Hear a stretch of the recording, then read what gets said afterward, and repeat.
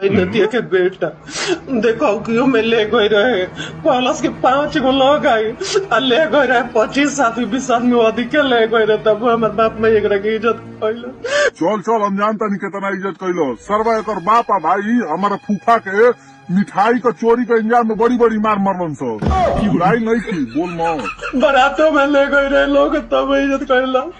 अरे कितना इज्जत कैला हम जानता नहीं हमारा मौसा से कर बहन चले कर चाचा लगी 200 रुपया मांगत रहे दारू पिए के अरे तो के करना रहे सब खा के आ गए से तब तो ना रह गए। अरे कितना खिलैला तो भर गाँव कहता केहू को दाल ना मिलल केहू को कुछ ना मिलल कर बहन तो ऊपर से हमार आके कहता रहा कि भैया वो जूता उता कुल चोरा लेता रहा सारा सुतला में ही तो ना रखबे बताओ ना रखबे देखो तो देखे ना रखबे रखबे तोरा अब तोरा के रखबे कहतरी तोरा के क्या रे चल कोर्ट में भेंट होई अब काम खत्म बा चोरी नहीं अरे भैया यही तरह हमारे घर से दाल आलू कुल चोरा चोरा के ले जाकर पड़ना यार लेते बनी हम बोलत ना रही लेकिन आज एकदम बर्दाश्त से बाहर हो गई बा और तोरा एकदम घर में रखने की सकत तू जो देख ले और देख फूट रख ले बनी एक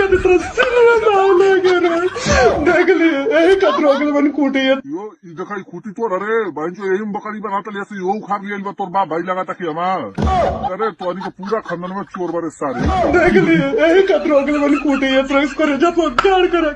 तो कोयलन बड़े बिया हमरा के छोड़ के तो दौड़ा तुम बड़ा कोटा कोटा दौड़ा थे कितना दौड़ा कोटे कोटे का तू अपन वकील कर हम अपन वकील कर ले बने डायरेक्ट ओइजे मिले के ओकर बाद अब देखो तो निकाह होला चोरी चोरा ले तो बुझाते ना रह कितना आलू होता कितना होता एक बात एक हाथ में 4 अलियाई 55 किलो आलू ले सरवा कर एक बन देखो तो जगह 2-3 बोरी आलू हो सरवा तो खेत ये निकालू के तरह हो जाना रे तोरे सीना में फुटी तोड़ के रंग देख लिया तोरे सीना में गाड़ कर और बाबू गाड़ी में हम फूटी गाल कर देखो ना जोन बात धरो धरो कुल बेचवा दहनी ये कहा हम शादी कैले रहनी चलो देखल कोटे में तू बेटा चलो